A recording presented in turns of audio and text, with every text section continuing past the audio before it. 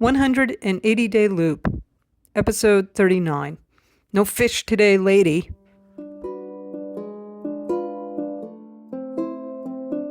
On the morning of July 16th, we left Hamm's holiday harbor, waving goodbye to Richard Hamm as we went. The river systems have their share of mysteries.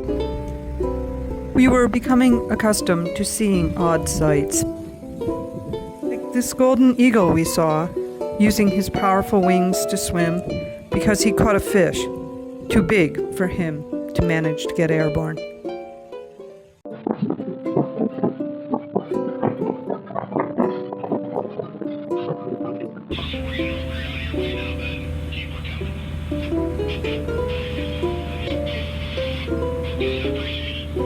This stretch of the Illinois River is heavily industrialized. We were surprised to see the amount of discharge flowing from this facility into the Illinois River.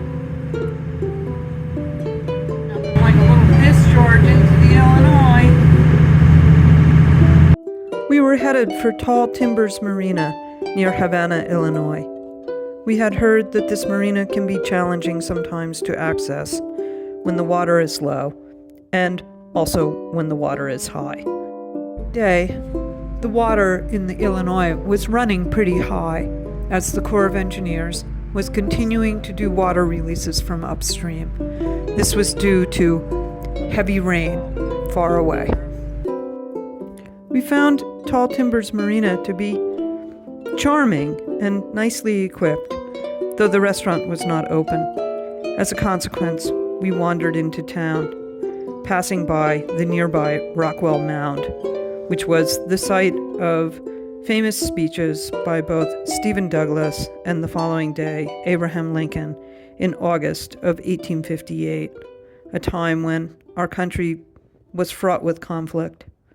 Since re-entering the U.S. from Canada, our looper journey had been fairly solitary as we hopped our way from marina to marina along the shores of Lake Michigan. Now, at Tall Timbers, that would change. Two fellow loopers both arrived, and these were folks we got to know. We wound up hopscotching down the river system together and stayed with one looper friend all the way to the 10 Tom.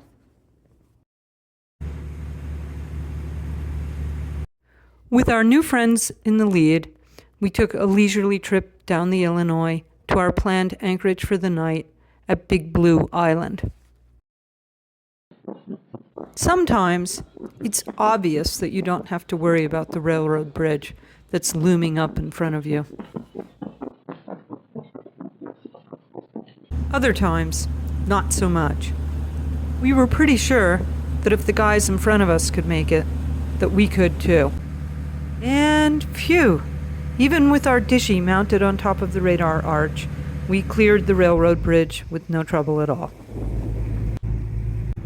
The Illinois River is lively in these parts, looking commercial facilities. Like these weird, space-agey looking things. If you know what they keep inside these domes, please put it in the comments, and thanks. We made it to our anchorage, and were happy to discover there was plenty of room for all three of our boats that night.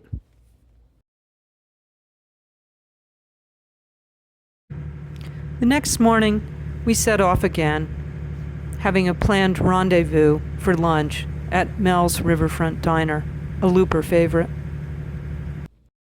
Alas, that lunch never took place. When we arrived, not only was the dock sort of forbidding with its 15 minutes only signs, but also the bridge between the floating dock and the land had been completely washed out by the high water.